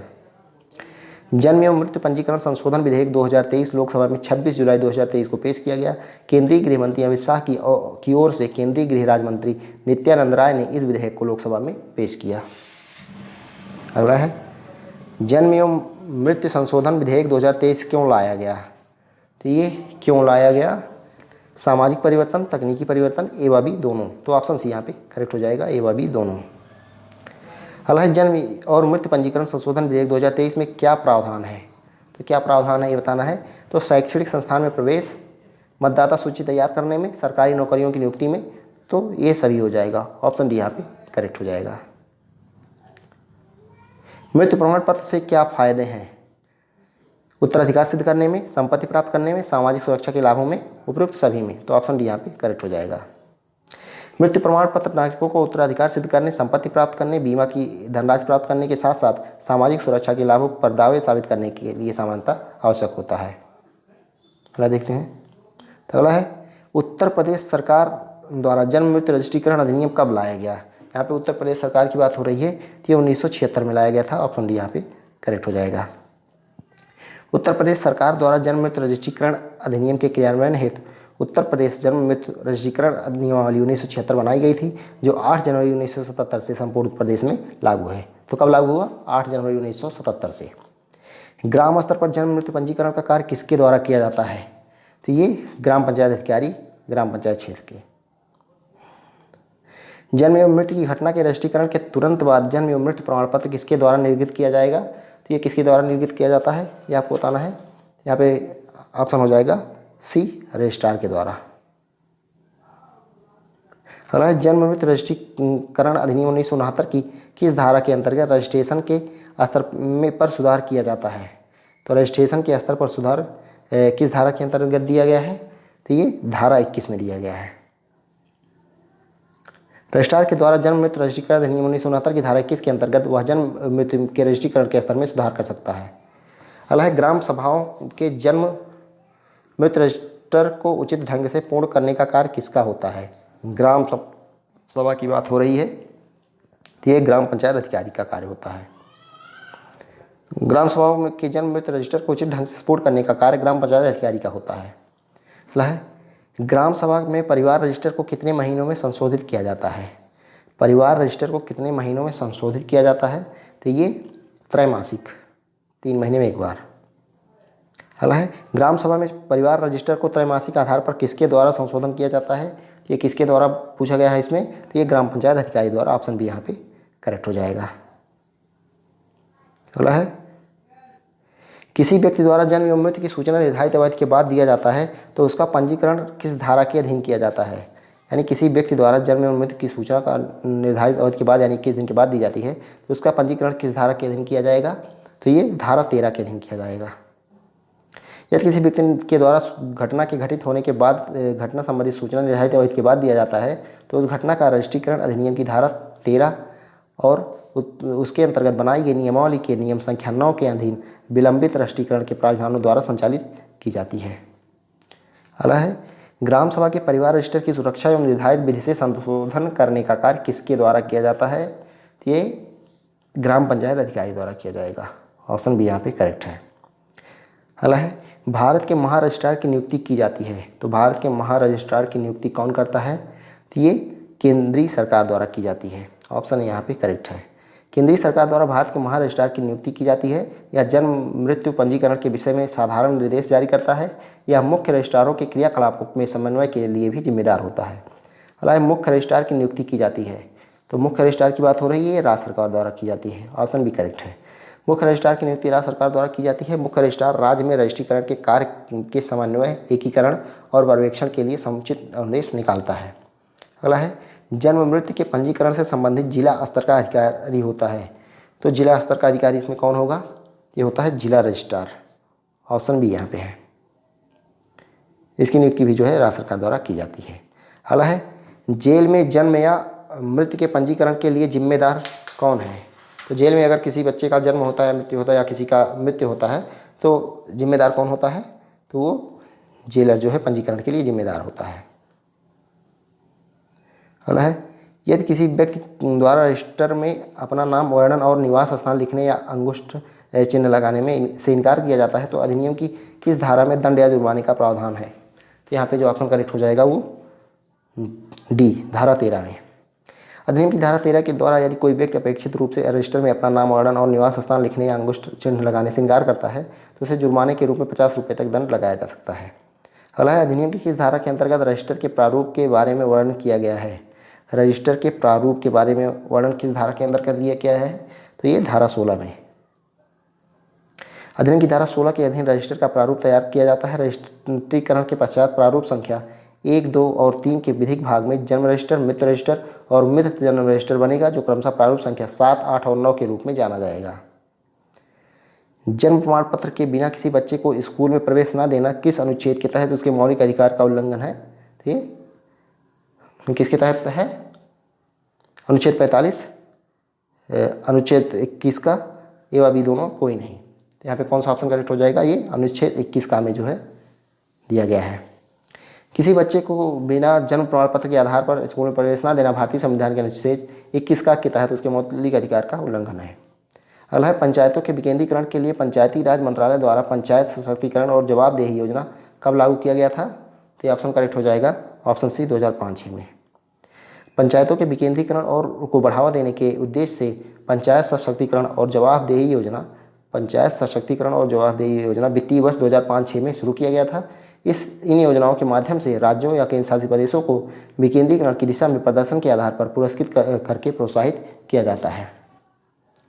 अगला देखते हैं, तो ग्रामीण आबादी के आर्थिक विकास में महत्वपूर्ण भूमिका किसकी है? ये बताना है। तो पंचायती राज संस्थाएं, लघु एवं कुटीर उद्योग, ए व बी दोनों, उपरोक्त में से कोई नहीं। तो पंचायती राज संस्थाएं, लघु एवं कुटीर उद्योग दोनों, ए व बी दोनों हो जाएगा। स्थानीय जागरूकता बढ़ाने के प्रयास में किस मंत्रालय ने सबकी योजना सबका विकास नामक अभियान शुरू किया? तो किसने शुरू किया? किस मंत्रालय ने शुरू किया? तो यहाँ पे पंचायती राज मंत्रालय ने। ऑप्शन सी यहाँ पे करेक्ट है। पंचायती राज मंत्रालय ने सबकी योजना सबका विकास नामक अभियान शुरू किया है। इस अभियान का वास्तविक उद्देश्य ऐसे समेकित एकल योजना तैयार करना है जिससे स्थानीय आवश्यकताओं को ध्यान में रखकर 11वीं अनुसूची में शामिल 29 विषयों को समाहित किया जा सके। ये हो गया। आगे देखते हैं, अगला क्वेश्चन है, सरकार द्वारा चलाई जा रही योजनाओं को अंतिम बिंदु तक पहुंचाने में किस संस्थान की भूमिका महत्वपूर्ण है? तो किसकी भूमिका महत्वपूर्ण है? तो ये पंचायतों का। आत्मनिर्भर भारत के निर्माण में निर्णायक भूमिका किसकी है? तो ये आत्मनिर्भर पंचायतों का। ऑप्शन यहाँ पे करेक्ट है। अगला है, किस राज्य के पंचायत मंत्रालय द्वारा ग्राम पंचायतों में डिजिटल ट्रांजैक्शन को बढ़ावा देने के लिए सामर्थ्य मिशन शुरू किया गया है? तो सामर्थ्य मिशन किस राज्य द्वारा शुरू की गई है? तो ये उत्तर प्रदेश राज्य द्वारा। उत्तर प्रदेश के पंचायत मंत्रालय द्वारा ग्राम पंचायतों को डिजिटल ट्रांजैक्शन को बढ़ावा देने के लिए सामर्थ्य मिशन जो है, डिजिटल ट्रांजैक्शन को बढ़ावा देने के लिए सामर्थ्य मिशन जो है उत्तर प्रदेश सरकार के पंचायत राज मंत्रालय द्वारा शुरू किया गया है। इस मिशन के माध्यम से ग्रामीण लोगों को डिजिटल ट्रांजैक्शन के लिए प्रेरित किया जाएगा। अगला है, क्लाइमेट स्मार्ट पंचायत आधारित है। क्लाइमेट स्मार्ट पंचायत जो है जलवायु शमन यानी क्लाइमेट एडाप्टेशन, जलवायु अनुकूलन यानी क्लाइमेट मिटिगेशन, तो ये व बी दोनों। ऑप्शन सी यहाँ पे करेक्ट हो जाएगा। क्लाइमेट स्मार्ट पंचायत जलवायु शमन और जलवायु अनुकूलन पर आधारित है। जलवायु अनुकूलन के अंतर्गत ग्राम पंचायतें स्वयं को प्राकृतिक आपदाओं, ध्यान रखिएगा, जलवायु अनुकूलन, तो जलवायु अनुकूलन यानी कि क्लाइमेट मिटिगेशन के अंतर्गत ग्राम पंचायतें जो हैं स्वयं को प्राकृतिक आपदाओं जैसे बाढ़, सूखा, जल संकट आदि से बचाव के लिए तैयार करती हैं। क्लाइमेट अडेप्टेशन यानी जलवायु शमन के तहत ग्राम पंचायत को कार्बन न्यूट्रल बनाने पर जोर दिया जाता है। अगला है, स्मार्ट विलेज के कितने चरण होते हैं? तो स्मार्ट विलेज के जो है वो 3 चरण होते हैं। स्मार्ट विलेज के 3 चरण होते हैं। इन तीनों चरणों के माध्यम से पंचायतों के अंतर्गत आने वाले गाँव को स्मार्ट विलेज बनाने में सहायता मिलेगी। इकोनिट्स फाउंडेशन ने स्मार्ट विलेज की अवधारणा की शुरुआत की थी। तो ये इंपॉर्टेंट हो जाएगा, इकोनिट्स फाउंडेशन ने जो है स्मार्ट सिटी की अवधारणा, स्मार्ट विलेज की अवधारणा की शुरुआत की थी। आगे देखते हैं, स्मार्ट विलेज के चरण 1 में संबंधित विषय हैं। तो चरण 1 की बात हो रही है, उद्यमशीलता, उद्योग, जल, स्वच्छता, ऊर्जा, शिक्षा, स्वास्थ्य। तो यही हो जाएगा, जल, स्वच्छता, ऊर्जा, शिक्षा, स्वास्थ्य। तो स्मार्ट विलेज के चरण 1 से संबंधित विषय हैं। स्मार्ट विलेज के चरण 1 से संबंधित विषय निम्न हैं, जैसे कि समुदाय के साथ संपर्क कर उनसे संवाद करना, स्वच्छता एवं पेयजल, ई लाइब्रेरी, ग्रीन मोबिलिटी, इलेक्ट्रॉनिक वाहन, कॉमन सर्विस सेंटर, प्राथमिक स्वास्थ्य केंद्र में टेली मेडिसिन सुविधा। स्मार्ट विलेज के चरण 2 से संबंधित विषय हैं। अब चरण 2 में देखते हैं, तो ये उद्योग, तो उद्योग ही जो है इनमें से चरण 2 के विषय हैं। स्मार्ट विलेज के चरण 2 से संबंधित विषय उद्योग, जिनमें से निम्न उद्योगों को शामिल किया जाता है। ये सारे क्वेश्चन इंपॉर्टेंट है, ध्यान दीजिएगा। तो food processing, energy microgrid, milk processing, biofuel production, floriculture and sericulture, organic fertiliser, तो ये सभी चरण 2 के अंतर्गत आते हैं। अगला स्मार्ट विलेज के तीसरे चरण का संबंध है, तो स्मार्ट विलेज के तीसरे चरण का संबंध किससे है? उद्योग, उद्यमशीलता, common service centre, milk processing, तो उद्यमशीलता से है। ऑप्शन बी यहाँ पे करेक्ट है। स्मार्ट विलेज के तीसरे चरण का संबंध उद्यमशीलता से है। उद्यमशीलता के अंतर्गत निम्न बिंदुओं को रेखांकित किया गया है। तो उद्यमशीलता के अंतर्गत जो है contract farming, vocational training, database management, पौधरोपण एवं वाटरशेड मैनेजमेंट, सामुदायिक भवन एवं एजुकेशनल वीडियो स्क्रीनिंग, ग्राम दिवस का आयोजन, ये जो आएगा ये तीसरे चरण उद्यमशीलता के अंतर्गत आएगा।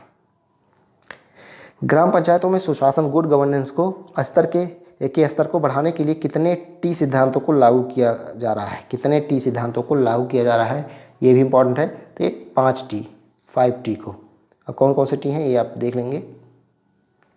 तो ग्राम पंचायतों में सुशासन, गुड गवर्नेंस के स्तर को बढ़ाने के लिए 5 टी सिद्धांत को अपनाया गया है।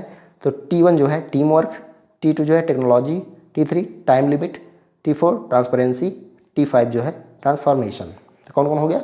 T1 team work, T2 technology, T3 time limit, T4 transparency, T5 transformation, इनको अपनाया गया है। सरकार डिजिटल टेक्नोलॉजी द्वारा ग्रामीण जीवन को सहज और सुखद बनाने के लिए प्रतिबद्ध है। अगला है समावेशी ग्राम पंचायतों के माध्यम से विकास को गति देने के लिए देश भर में कितने आदर्श ग्राम पंचायत क्लस्टर स्थापित किए गए हैं? कितने आदर्श ग्राम पंचायत क्लस्टर स्थापित किए गए हैं? तो ये 250, ऑप्शन सी यहाँ पे करेक्ट है। समावेशी ग्राम पंचायतों के माध्यम से विकास को गति प्रदान करने के लिए देश भर में 250 आदर्श ग्राम पंचायत क्लस्टरों की स्थापना की गई है। आदर्श ग्राम पंचायतें शिक्षा युक्त पंचायत, रोजगार युक्त पंचायत, स्वच्छता युक्त पंचायत, हरित पंचायत, स्वास्थ्य पंचायत और आत्मनिर्भर पंचायत की प्राप्ति के लक्ष्य पर काम करती हैं। अगला है आदर्श ग्राम पंचायत में सम्मिलित है। तो आदर्श ग्राम पंचायत में क्या सम्मिलित है ये बताना है। तो पहला दिया गया है शिक्षा युक्त पंचायत, दूसरा जेंडर रोजगार युक्त पंचायत, स्वच्छता व हरित पंचायत, उपयुक्त सभी, तो हो जाएगा उपयुक्त सभी। एक आदर्श ग्राम पंचायत में निम्न विषयों का शामिल किया गया है। विषय कौन कौन से हैं? शिक्षा युक्त पंचायत, जेंडर रोजगार युक्त पंचायत, स्वच्छता युक्त पंचायत, हरित पंचायत और स्वस्थ पंचायत। अगला भारत में स्मार्ट विलेज का मॉडल विश्व के किस मॉडल पर आधारित है? तो स्मार्ट विलेज का मॉडल जो भारत में है वो विश्व के किस मॉडल पर आधारित है? एक क्वेश्चन इंपॉर्टेंट है तो ध्यान रखिएगा। तो ये यूरोपीय मॉडल पर आधारित है। ऑप्शन ए यहाँ पे करेक्ट हो जाएगा। अगला है भारत में स्मार्ट विलेज का मॉडल यूरोपियन मॉडल पर आधारित है। इस मॉडल को विकसित करने के लिए 5 स्तंभों का उपयोग किया गया है। तो स्मार्ट विलेज को विकसित करने के लिए कितने स्तंभों का प्रयोग किया गया है? तो ये 5 स्तंभों, तो डी ऑप्शन करेक्ट हो जाएगा। स्मार्ट विलेज को विकसित करने के लिए 5 स्तंभों का प्रयोग किया जा रहा है। तो 5 स्तंभ कौन कौन से हैं? तो खाद्य और कृषि हो गया, दूसरा हो गया डिजिटल सैटेलाइट फाइबर, तीसरा ग्रीन एनर्जी एंड मोबिलिटी, चौथा हो गया सामाजिक समावेशन, पांचवा अर्थव्यवस्था। तो ये 5 स्तंभ जो हैं वो स्मार्ट विलेज को विकसित करने के लिए प्रयोग किए जा रहे हैं। अगला है smart village Chizami fake Nagaland किस क्षेत्र में उपलब्धि के लिए चर्चा में रहा था? तो स्मार्ट विलेज जो है चिजामी नाम है उसका, फेक नागालैंड में है, ये किस क्षेत्र में उपलब्धि के लिए चर्चा में रहा था? तो ये जेंडर भेदभाव को कम करने में इसलिए चर्चा में रहा था। Smart village Chizami fake Nagaland में एक गांव में समान वेतनमान की व्यवस्था को लागू करके जेंडर भेदभाव को समाप्त किया है। इस गांव में महिला और पुरुषों को समान वेतनमान दिया जाता है जिसने आर्थिक भेदभाव को समाप्त किया है। अगला है पंचायतों के लिए सतत विकास लक्ष्यों की प्राप्ति हेतु केंद्र सरकार ने राज्य सरकारों के साथ मिलकर कितने संकल्पों को चिन्हित किया है? तो ये कौन सा ऑप्शन करेक्ट होगा? यहाँ पे डी ऑप्शन करेक्ट हो जाएगा। 9 संकल्पों को देखते हैं कौन कौन से। तो केंद्र सरकार ने राज्य सरकारों के साथ मिलकर पंचायतों के लिए सतत विकास लक्ष्यों को प्राप्त करने के लिए 9 संकल्पों को चिन्हित किया है। कौन कौन से हैं? तो गरीबी मुक्त एवं उन्नत आजीविका युक्त पंचायत, स्वस्थ पंचायत, बाल हितैषी पंचायत, पर्याप्त जल संसाधन युक्त पंचायत, स्वच्छ एवं हरित पंचायत, ढांचागत आत्मनिर्भर पंचायत, सामाजिक सुरक्षित एवं न्यायपूर्ण पंचायत, सुशासन युक्त पंचायत, महिला हितैषी पंचायत। तो ये 9 हो गए। अगला है केंद्र सरकार द्वारा जल जीवन मिशन की शुरुआत कब की गई थी? जल जीवन मिशन की बात हो रही है। तो ये केंद्र सरकार द्वारा शुरू की गई थी 15 अगस्त 2019 को।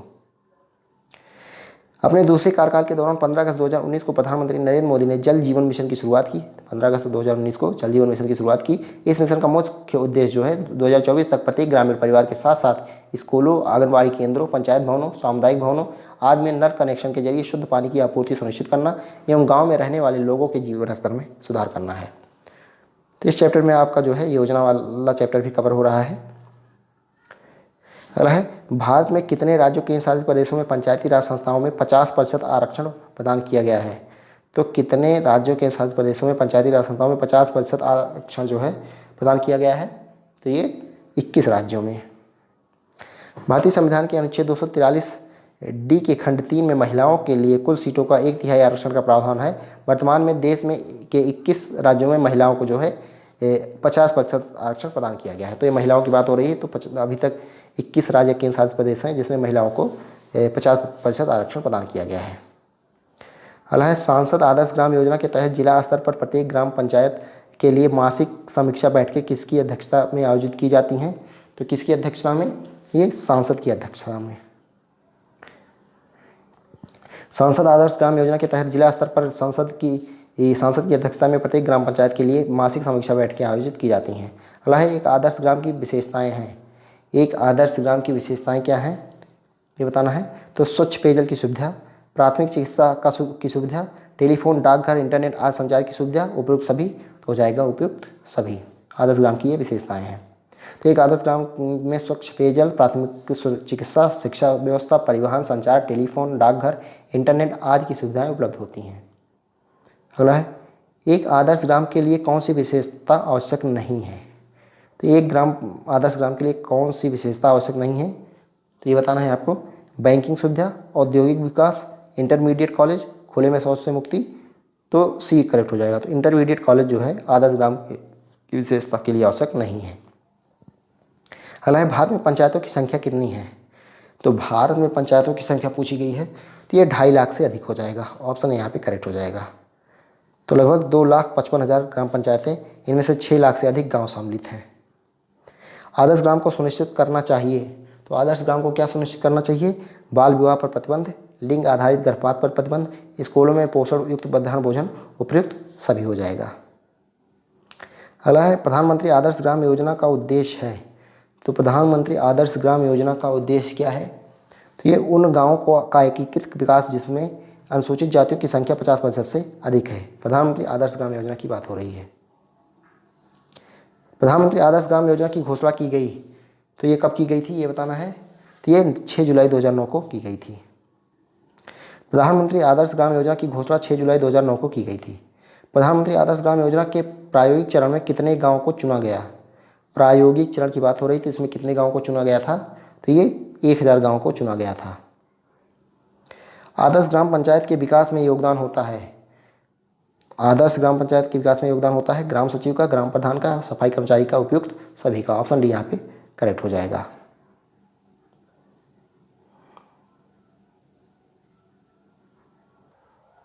अगला है, मॉडल ग्राम पंचायतों के सृजन का दायरा बढ़ाने के लिए केंद्रीय पंचायती राज मंत्रालय ने पूरे देश में कितने मॉडल ग्राम पंचायत क्लस्टर के सृजन पर एक परियोजना की मंजूरी दी है? यहाँ पे कौन सा ऑप्शन करेक्ट होगा? 250 ऑप्शन ए। मॉडल ग्राम पंचायतों के सृजन का दायरा बढ़ाने के लिए केंद्रीय पंचायती राज मंत्रालय ने पूरे देश में 250 मॉडल ग्राम पंचायत क्लस्टर के सृजन पर एक परियोजना को मंजूरी दी है। अगला है, Gram Swaraj e learning portal का शुभारंभ कब किया गया था? Gram Swaraj e learning portal का शुभारंभ कब किया गया था? तो ये ऑप्शन हो जाएगा ए, फरवरी 2020 में। Gram Swaraj e learning portal का शुभारंभ केंद्रीय मंत्री नरेंद्र सिंह तोमर द्वारा 17 फरवरी 2020 को किया गया था। अगला है, आत्मनिर्भर पंचायत पर राष्ट्रीय वेबिनार का आयोजन कब किया गया था? तो ये कब किया गया था? दिसंबर 2021 में। आत्मनिर्भर पंचायत पर राष्ट्रीय वेबिनार का आयोजन 20 दिसंबर 2021 को किया गया था। 12 मार्च 2021 की आज़ादी के अमृत महोत्सव की राष्ट्रवादी शुरुआत के बाद से आयोजित वेबिनार की श्रृंखला में छठा है। अगला है, उत्तर प्रदेश में मुख्यमंत्री पंचायत प्रोत्साहन पुरस्कार योजना की घोषणा कब की गई थी? मुख्यमंत्री पंचायत प्रोत्साहन पुरस्कार योजना इसकी घोषणा कब की गई थी? ये अप्रैल 2017 में।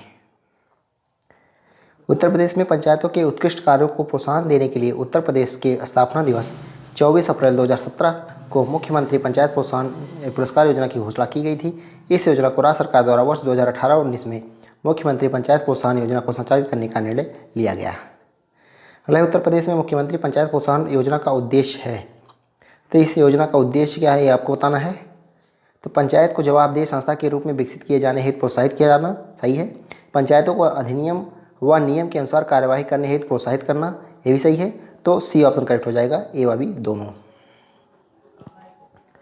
उत्तर प्रदेश में मुख्यमंत्री पंचायत प्रोत्साहन योजना का मुख्य उद्देश्य निम्न है।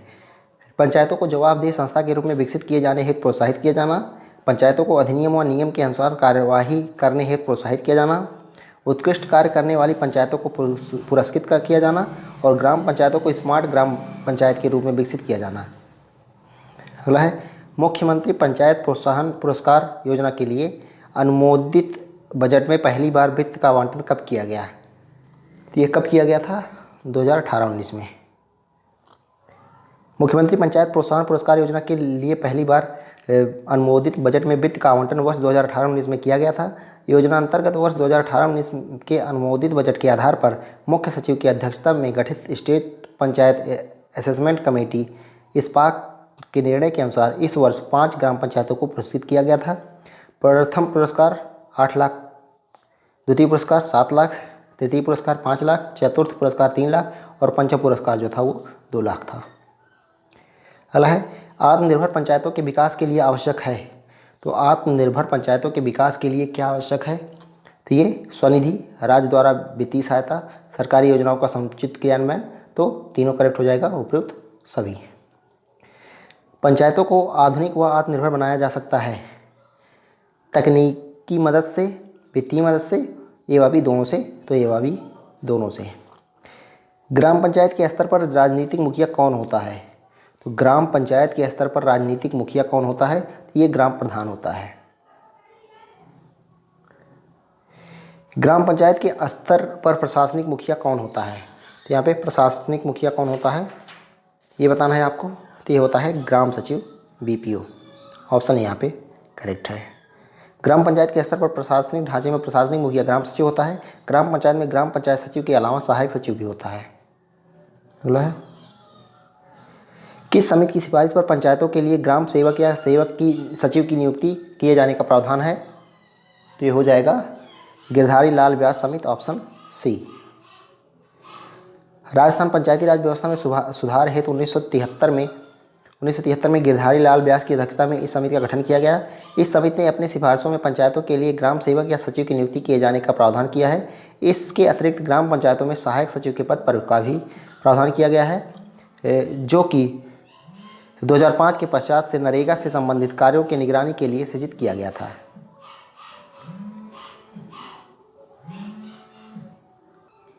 अगला है, ग्रामीण विकास से तात्पर्य है। तो ग्रामीण विकास से तात्पर्य है सामाजिक विकास, राजनीतिक विकास, सांस्कृतिक विकास, उपयुक्त सभी। ग्राम स्वराज की संकल्पना किसने किया था? तो ग्राम स्वराज की संकल्पना किसने किया था? तो ये महात्मा गांधी जी ने। ऑप्शन यहाँ पे करेक्ट है। सखी मंडल का संबंध किसके विकास योजना से है? सखी मंडल, तो ये ग्राम पंचायत विकास योजना से। सखी मंडल का संबंध ग्राम पंचायत विकास योजना से है। ग्राम पंचायत विकास योजना के निर्माण में सखी मंडल की महिलाओं की भागीदारी से गरीब और कमजोर वर्ग के लोग अपने गांव के विकास के लिए योजना बनाने में सक्रिय भागीदारी निभा रहे हैं। ये इंपॉर्टेंट योजना है। स्वामित्व योजना, स्वामित्व योजना जो है लेखपाल परीक्षा में आई थी इस बार। तो स्वामित्व योजना का संबंध किससे है? तो ये पंचायती राज मंत्रालय से। स्वामित्व योजना का संबंध पंचायती राज मंत्रालय से है। इस योजना के माध्यम से गांव की सीमा के भीतर आने वाले प्रत्येक संपत्ति का डिजिटल रूप से नक्शा तैयार करना और प्रत्येक राजस्व खंड की सीमा का निर्धारण किया जाना है। इस योजना की घोषणा 24 अप्रैल 2020 को ग्रामीण परिवार प्रमाण पत्र घरौनी के नाम से की गई थी। अगला देखते हैं, स्वामित्व योजना को पायलट प्रोजेक्ट के रूप में कितने राज्यों में चलाया जा रहा है? तो पायलट प्रोजेक्ट के तौर पे ये 6 राज्यों में। ऑप्शन यहाँ पे करेक्ट है। भारत के प्रधानमंत्री द्वारा 24 अप्रैल 2020 को पंचायती राज दिवस के अवसर पर स्वामित्व योजना की घोषणा की गई। इस योजना के माध्यम से ग्राम पंचायतों एवं ग्रामीण क्षेत्र में रह रहे लोगों को आत्मनिर्भर बनाने में सहायता मिलेगी। इस योजना को पायलट प्रोजेक्ट के रूप में 6 राज्यों उत्तर प्रदेश, हरियाणा, कर्नाटक, मध्य प्रदेश, उत्तराखंड और महाराष्ट्र के लगभग 1 लाख गाँव में लागू किया गया है। अगला है, राष्ट्रपिता महात्मा गांधी ने अपनी किस पुस्तक में ग्रामीण अर्थव्यवस्था की आत्मनिर्भरता को महत्वपूर्ण बताया था? तो ये किस पुस्तक में? तो ये हिंद स्वराज में। ऑप्शन सी यहाँ पे करेक्ट है। अगला है, उत्तर प्रदेश सरकार द्वारा मातृभूमि योजना की घोषणा की गई। इस योजना का संबंध किससे है? मातृभूमि योजना काफ़ी इंपॉर्टेंट योजना है, तो ये ग्राम सभा से है। उत्तर प्रदेश सरकार द्वारा मातृभूमि योजना का शुभारंभ किया गया। इस योजना का संबंध ग्राम सभा से है। यह योजना पहले चरण में ग्राम सभाओं में लागू की गई है। इसके बाद इसे शहरी क्षेत्रों के साथ साथ पूरे प्रदेश में लागू की जाएगी। मातृभूमि योजना अपने मातृभूमि के प्रति लोगों के कर्तव्यों के निर्वहन का माध्यम बनेगी। अगला है, ग्राम पंचायतों को कुशल बनाने के लिए निम्न में से कौन सी योजनाएं चलाई जा रही हैं? तो कौन सी योजनाएं चलाई जा रही हैं? स्मार्ट ग्राम और स्मार्ट पंचायत। तो ये अभी दोनों।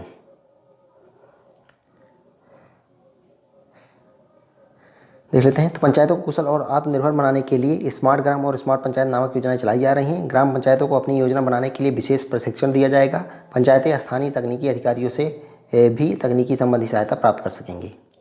अगला है, ग्राम पंचायत की बैठक किस धारा के अंतर्गत आयोजित की जाती है? ग्राम पंचायत की बैठक की बात हो रही है, किस धारा के अंतर्गत आयोजित की जाती है? तो ये धारा 20 के अंतर्गत आयोजित की जाती है। ग्राम पंचायत की बैठक का प्रावधान धारा 20 में किया गया है। ग्राम पंचायत की बैठक 2 माह में कम से कम एक बार ग्राम पंचायत कार्यालय में आयोजित होना आवश्यक होता है। हमारी योजना हमारा विकास का संबंध किससे है? तो हमारी योजना हमारा विकास का संबंध जो है पंचायतों के विकास से है। एक आदर्श ग्राम की आबादी कितनी होनी चाहिए? आदर्श ग्राम की आबादी कितनी होनी चाहिए? तो ये मैदानी क्षेत्रों में 3000 से 5000 तक, बिल्कुल करेक्ट। पर्वतीय जनजाति एवं दुर्गम इलाकों में 1000 से 3000 तक, ये भी सही है। तो ये वह भी दोनों हो जाएगा।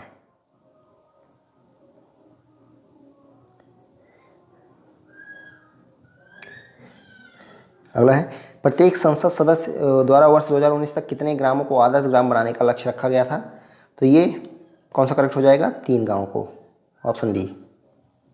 प्रत्येक संसद सदस्य द्वारा मार्च 2019 तक 3 गाँव को आदर्श ग्राम बनाने का लक्ष्य रखा गया था, जिनमें से 2016 तक 1 आदर्श ग्राम बनाने का काम पूरा कर दिया गया। तत्पश्चात ऐसे में 5 आदर्श ग्रामों प्रतिवर्ष 1 का चयन किया जाएगा और 2024 तक इनका विकास कर दिया जाएगा। अगला है, आदर्श ग्राम योजना के अंतर्गत गाँव में मानव विकास के अंतर्गत कौन कौन से कार्यकलाप को शुरू किया जा सकता है? तो ये संपूर्ण टीकाकरण, महिला पुरुष अनुपात में संतुलन, सभी को 10वीं कक्षा तक की शिक्षा उपलब्ध कराना, उपयुक्त सभी, तो हो जाएगा उपयुक्त सभी।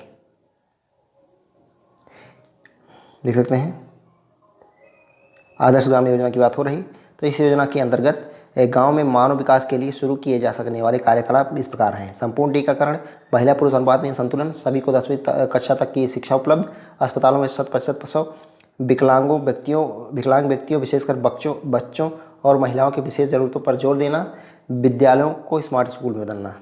तो ये सभी हो जाएंगे। अगला है, गांव के सामाजिक विकास के अंतर्गत कौन कौन से कार्यकलाप शुरू किए जा सकते हैं? तो ग्रामीण खेलकूद और लोक कला उत्सव, ग्राम दिवस का आयोजन, एक ऐसा ग्राम गीत बनाना जिससे लोगों में गर्व की भावना विकसित हो सके, तो उपयुक्त सभी हो जाएगा।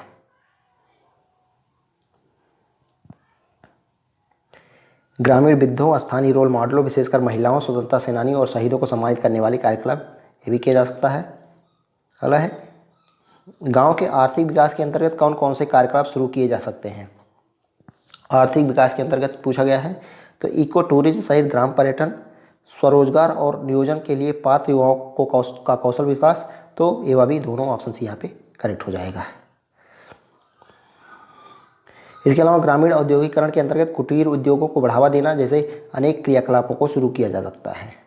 अगला है, गांव के पर्यावरणीय विकास संबंधी क्रियाकलाप किए जा सकते हैं। पर्यावरणीय विकास संबंधी क्रियाकलाप, तो ये सड़कों के किनारों पर पौधारोपण, सामाजिक वानिकी, वायु जल और भूमि को प्रदूषित होने से बचाना, तो उपयुक्त सभी हो जाएगा। सामाजिक वानिकी, सड़कों के किनारों पर पौधारोपण, वर्षा जल का संचयन, छत तथा अन्य स्थानों पर वर्षा जल एकत्रीकरण करना, वायु जल और भूमि को स्थानीय रूप से प्रदूषित होने से बचाना। ये हो गया। अब अगला क्वेश्चन है, गांव में आधारभूत संरचनाओं से संबंधित क्रियाकलाप किए जा सकते हैं। तो बेघर या कच्चा मकान वालों को पक्का मकान उपलब्ध कराना, सही। पेयजल की सुविधा, सही है। मुख्य सड़क नेटवर्क तक 12 मासी सड़क संपर्क, सही है। तो उपयुक्त सभी हो जाएगा, ऑप्शन डी। गांव में आधारभूत सुविधाओं के अंतर्गत निम्न क्रियाकलाप किए जा सकते हैं। बेघर कच्चा मकान वालों को पक्का मकान उपलब्ध कराना, पेयजल की सुविधा उपलब्ध कराना, मुख्य सड़क नेटवर्क तक 12 मासी सड़क संपर्क को जोड़ना, ग्रामीण बाजार, सामुदायिक भवन, खेल परिसर तथा कब्रगाह, शमशान घाट सहित लोक उपयोगी अवसंरचना, सार्वजनिक वितरण प्रणाली, दुकानों के लिए अवसंरचना।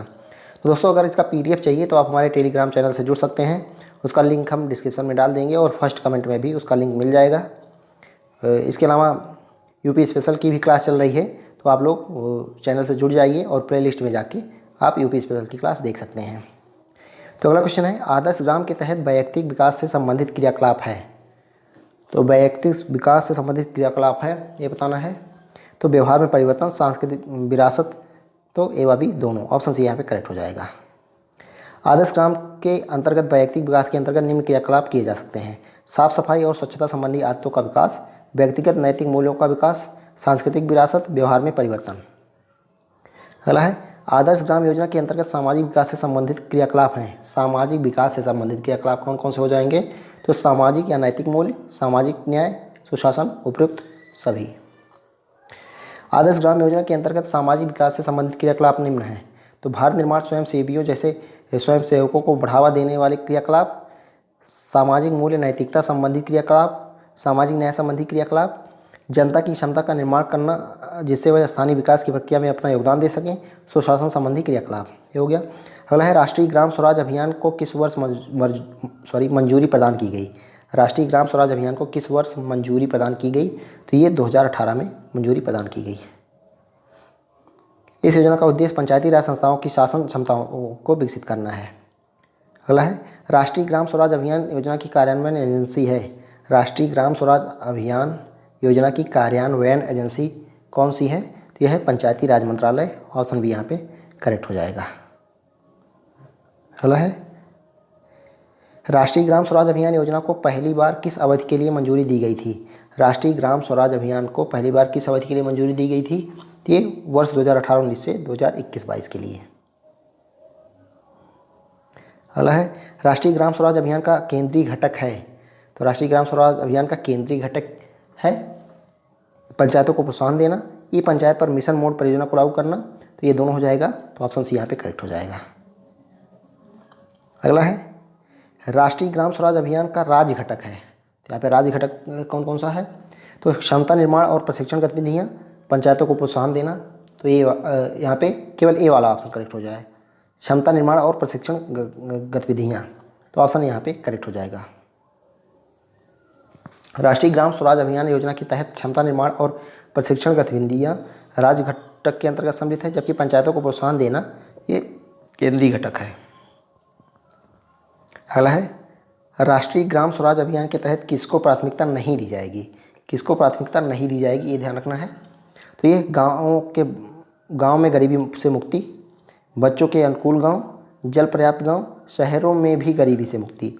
तो ये इसको प्राथमिकता नहीं दी जाएगी। इन तीनों को तो प्राथमिकता दी जाएगी, तो शहरों में भी गरीबी से मुक्ति, इसमें प्राथमिकता नहीं दी जाएगी। अगला है, राष्ट्रीय ग्राम स्वराज अभियान के तहत प्राथमिकता प्रदान की जाएगी, तो ये बताना है। तो राष्ट्रीय ग्राम स्वराज अभियान के तहत प्राथमिकता प्रदान की जाएगी किसको किसको? स्वस्थ गांव को, सही है। गांव में आत्मनिर्भर बुनियादी ढांचा, सही है। सामाजिक रूप से सुरक्षित गांव, सही है। सुशासन वाला गांव, सही है। स्कूल में मिड डे मील, तो यहाँ पे पहला, दूसरा, तीसरा, चौथा सही हो जाएगा, पांचवा नहीं। तो यहाँ पे ऑप्शन सी करेक्ट हो जाएगा।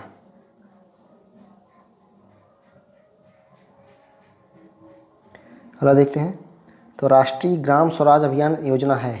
तो राष्ट्रीय ग्राम स्वराज अभियान योजना जो है ये केंद्र प्रायोजित योजना है। राष्ट्रीय ग्राम स्वराज अभियान योजना एक केंद्र प्रायोजित योजना है। इसके दो घटक हैं, केंद्रीय घटक और राज्य घटक। अगला है, राष्ट्रीय ग्राम स्वराज अभियान के संशोधित रूप को किस अवधि के लिए मंजूरी प्रदान की गई है? तो राष्ट्रीय ग्राम स्वराज अभियान के संशोधित रूप को किस अवधि के लिए मंजूरी प्रदान की गई है? तो ये 1 अप्रैल 2022 से 31 मार्च 2026 के लिए। तो ये 15 वित्त आयोग की अवधि के साथ समाप्त हो जाएगी। अगला है संशोधित राष्ट्रीय ग्राम स्वराज अभियान के राज्य घटकों का फंडिंग पैटर्न केंद्र और राज्यों के बीच किस अनुपात में है? तो ये 60:40, 60 केंद्र का हो गया, 40 जो है राज्य का हो गया। सामान्य राज्यों की बात हो रही है। मुख्यमंत्री समग्र ग्राम विकास योजना किस राज्य की योजना है? मुख्यमंत्री समग्र ग्राम विकास योजना जो है ये उत्तर प्रदेश राज्य की योजना है। ऑप्शन ए यहाँ पे करेक्ट है। ये 2018 में शुरू की गई थी। अगला है मुख्यमंत्री समग्र ग्राम विकास योजना का शुभारंभ किया गया था। तो ये कहाँ से शुभारंभ किया गया था? शिल्पग्राम लखनऊ से। तो 24 जनवरी 2018 में जो है मुख्यमंत्री द्वारा समग्र ग्राम विकास योजना का शुभारंभ जो है जनवरी 2018 में शिल्पग्राम लखनऊ से किया गया था। अगला है पंचायतों को आत्मनिर्भर बनाने से जुड़ी योजना है। तो पंचायतों को आत्मनिर्भर बनाने से जुड़ी योजना इनमें से कौन सी है? स्वामित्व योजना, उजाला योजना, आयुष्मान योजना। तो स्वामित्व योजना जो है पंचायतों को आत्मनिर्भर बनाने से जुड़ी योजना है। इसका शुरुआत जो है पंचायती राज दिवस के दिन 24 अप्रैल को 2020 में किया गया था प्रधानमंत्री द्वारा। स्वामित्व योजना कैसे पंचायतों को आत्मनिर्भर बनाने में मदद करेगी? तो ये आपको बताना है। तो संपत्ति के निर्धारण से संपत्ति कर की प्राप्ति होगी, सही है। संपत्ति सत्यापन व्यवस्था से संपत्ति से जुड़े विवादों को सुलझाने में मदद मिलेगा, ये भी सही है। तो ए व बी दोनों हो जाएगा, ऑप्शन सी करेक्ट है। स्वामित्व योजना में आबादी क्षेत्र के प्रत्येक भूखंड का उनके मालिकों के साथ पहचान चिन्हित किया जाएगा, जिससे संपत्ति कर आसानी से प्राप्त किया जा सकता है, जो ग्रामीण आय का एक अच्छा स्रोत हो सकता है। साथ ही संपत्ति से जुड़े विवादों में कमी आने से लोगों को अदालतों की सहायता नहीं लेनी पड़ेगी, जिससे पंचायतों की आत्मनिर्भरता में वृद्धि होगी। अगला है स्वामित्व योजना के प्रायोगिक चरण में किस राज्य को शामिल नहीं किया गया है? तो किसको नहीं शामिल किया गया है? उत्तर प्रदेश को शामिल किया गया है, हरियाणा को शामिल किया है, कर्नाटक को शामिल किया गया है, बिहार को इसमें शामिल नहीं किया गया है। तो 6 राज्य शामिल किए गए हैं, उत्तर प्रदेश, हरियाणा, कर्नाटक, मध्य प्रदेश, उत्तराखंड तथा महाराष्ट्र। तो लगभग एक गांव में लागू किया गया था, इसमें बिहार शामिल नहीं है। अगला है स्वामित्व योजना किन किन विभागों की सहायता से चलाई जा रही है? तो स्वामित्व योजना किन किन विभागों से चलाई जा रही है? ये पंचायती राज विभाग, भारतीय सर्वेक्षण विभाग, राज्य राजस्व विभाग। 1 व 2 तीनों, 1 2 3 तीनों हो जाएगा। अगला है पंचायती राज मंत्रालय भारत सरकार द्वारा पंचायतों में सतत विकास लक्ष्यों के स्थानीयकरण हेतु कितने लक्ष्यों को समाहित किया गया है? यहाँ पे 17 लक्ष्यों को, ऑप्शन सी यहाँ पे करेक्ट हो जाएगा। पंचायती राज मंत्रालय भारत सरकार द्वारा पंचायतों में सतत विकास लक्ष्यों के स्थानीयकरण हेतु 17 लक्ष्यों को समाहित करते हुए 9 विषयगत क्षेत्रों को चिन्हित किया गया है। अगला है पंचायतों में विकास लक्ष्यों के स्थानीयकरण हेतु चिन्हित 9 विषयगत क्षेत्रों को किन समूहों में वर्गीकृत किया गया है? तो ये आपको बताना है। तो ये सामाजिक स्थिरता, आर्थिक स्थिरता, पर्यावरण स्थिरता, उपयुक्त सभी। तो हो जाएगा उपयुक्त सभी। पंचायतों में सतत विकास लक्ष्यों के स्थानीयकरण हेतु चिन्हित 9 विषयगत क्षेत्रों को 3 समूहों सामाजिक स्थिरता, आर्थिक स्थिरता तथा पर्यावरणीय स्थिरता में विभाजित किया गया है। अगला है पंचायतों में सतत विकास लक्ष्यों के स्थानीयकरण हेतु चिन्हित 9 विषयगत क्षेत्रों को सामाजिक स्थिरता समूह में सम्मिलित किया गया है। तो सामाजिक स्थिरता समूह में किसको सम्मिलित किया गया है? बाल हितैषी गांव, महिला हितैषी गांव, सुशासन वाला गांव, तो उपयुक्त सभी, ये तीनों सम्मिलित किए गए हैं। अगला देखते हैं। तो पंचायतों में सतत विकास लक्ष्यों के स्थानीयकरण हेतु चिन्हित 9 विषयगत क्षेत्रों के सामाजिक स्थिरता समूह में बाल हितैषी गांव, सामाजिक रूप से न्याय संगत और सुरक्षित गांव, महिला हितैषी गांव तथा सुशासन वाला गांव को सम्मिलित किया गया है। अगला पंचायतों में सतत विकास लक्ष्यों के स्थानीयकरण हेतु चिन्हित 9 विषयगत क्षेत्रों के आर्थिक स्थिरता समूह में सम्मिलित किया गया है। तो आर्थिक स्थिरता समूह में कौन कौन सम्मिलित किया गया है, ये आपको बताना है। स्वस्थ गांव, गरीबी मुक्त गांव, आत्मनिर्भर बुनियादी ढांचा वाला गांव, ये तीनों। तो 1 2 3 हो जाएगा। पंचायतों के में सतत विकास लक्ष्यों के स्थानीयकरण हेतु चिन्हित 9 विषयगत क्षेत्रों के आर्थिक स्थिरता समूह में स्वस्थ गांव, गरीबी मुक्त गांव तथा आत्मनिर्भर बुनियादी ढांचा वाला गांव तीनों विषय को सम्मिलित किया गया है। अगला है पंचायतों में सतत विकास लक्ष्यों के स्थानीयकरण हेतु चिन्हित 9 विषयगत क्षेत्रों के पर्यावरणीय स्थिरता समूह में सम्मिलित किया गया है। तो पर्यावरणीय स्थिरता समूह में किसे सम्मिलित किया गया है, ये बताना है। तो पर्याप्त जल युक्त गांव, स्वच्छ एवं हरित गांव, तो ये दोनों हो जाएगा, ऑप्शन सी करेक्ट हो जाएगा। अगला है गांव को गरीबी मुक्त बनाने के में पंचायतों की भूमिका है। तो गांव को गरीबी मुक्त बनाने में पंचायतों की भूमिका क्या है ये बताना है। तो ये सभी पात्र लाभार्थियों को सामाजिक सुरक्षा योजनाओं से जोड़ना सही है। सभी पात्र आवेदकों को जॉब कार्ड उपलब्ध कराना सही है। सभी पात्र नागरिकों को आयुष्मान भारत कार्ड योजना के तहत कवरेज सुनिश्चित करना सही है। तो उपरोक्त सभी यहाँ पे करेक्ट हो जाएगा। एक स्वस्थ गांव बनाने में पंचायतों की भूमिका है। स्वस्थ गांव बनाने में पंचायतों की भूमिका बताना है। तो ये संस्थागत प्रसव सुनिश्चित कराना सही है। बच्चों का पूर्ण टीकाकरण कराना सही है। सभी पात्र परिवारों में शौचालय का निर्माण एवं उपयोग सुनिश्चित कराना सही है। तो ऑप्शन डी यहाँ पे करेक्ट हो जाएगा। अगला है पंचायतों द्वारा गांव को बाल हितैषी बनाया जा सकता है। तो पंचायतों द्वारा गांव को बाल हितैषी कैसे बनाया जा सकता है। तो ये पूर्ण टीकाकरण द्वारा, प्राथमिक शिक्षा उपलब्ध करा के, संस्थागत प्रसव को बढ़ावा देना, उपरोक्त सभी द्वारा। तो उपरोक्त सभी द्वारा हो जाएगा। अगला है सतत विकास लक्ष्यों के त्रिस्तरीय पंचायतों के स्तर पर स्थानीयकरण हेतु कितने मंत्रालयों द्वारा संयुक्त प्रस्ताव पास किया गया है। तो ये 18 मंत्रालयों द्वारा। सतत विकास लक्ष्यों के त्रिस्तरीय पंचायतों के स्तर पर स्थानीयकरण हेतु 18 मंत्रालयों द्वारा संयुक्त प्रस्ताव पास किया गया है। किस वित्त आयोग द्वारा त्रिस्तरीय पंचायतों के लिए अलग से बजट का आवंटन किया गया है। तो अलग से बजट का आवंटन किया गया है ये बताना है। ठीक है, 15 वित्त आयोग में 15 वित्त आयोग द्वारा त्रिस्तरीय पंचायतों के लिए अलग से वित्त का आवंटन किया गया था। अगला है 15 वित्त आयोग के अनुसार त्रिस्तरीय पंचायतों में बजट का सर्वाधिक हिस्सा प्राप्त होगा। तो ये ग्राम पंचायत को प्राप्त होगा। ऑप्शन यहाँ पे करेक्ट है। अगला है स्वच्छ एवं हरित गांव बनाने में पंचायतें कैसे मदद करती हैं। तो स्वच्छ एवं हरित गांव बनाने में पंचायतें कैसे मदद करती हैं ये बताना है। ठीक है, सौर ऊर्जा के उपयोग को बढ़ावा देकर, बायोगैस प्रणाली के उपयोग को बढ़ावा देकर, सूक्ष्म सिंचाई हेतु ऊर्जा कुशल सौर पंपों की व्यवस्था द्वारा, उपयुक्त सभी द्वारा। तो उपयुक्त सभी द्वारा हो जाएगा। ऑप्शन डी करेक्ट हो जाएगा। तो दोस्तों टोटल 164 क्वेश्चन इसमें थे। तो टोटल पंचायती राज व्यवस्था खत्म होती है, जिसमें 6 चैप्टर थे। इसका थियरी भी कंप्लीट हुआ और ऑब्जेक्टिव क्वेश्चन। आप लोग चैनल ज्वाइन कर लीजिए और जाके वो प्लेलिस्ट में जितनी बार चाहें 2-3 बार आप जाके स्पीड बढ़ा के वीडियो देख सकते हैं। इसके अलावा यूपी स्पेशल की भी क्लास चल रही है, वो भी आप लोग देख लिया करिए। और इसके बाद अब प्रैक्टिस सेट भी चालू होगा, तो आप लोग चैनल से जुड़ जाइए। प्रैक्टिस सेट काफ़ी इंपॉर्टेंट होगा आपके सिलेक्शन में। तो इसके अलावा टेलीग्राम चैनल भी आप लोग ज्वाइन कर लीजिए, वहाँ से आपको PDF भी मिल जाएगी। अगर चैनल पर नए हैं तो चैनल को सब्सक्राइब कर लें और वीडियो पसंद आई है तो वीडियो को लाइक करें। धन्यवाद। जय हिंद।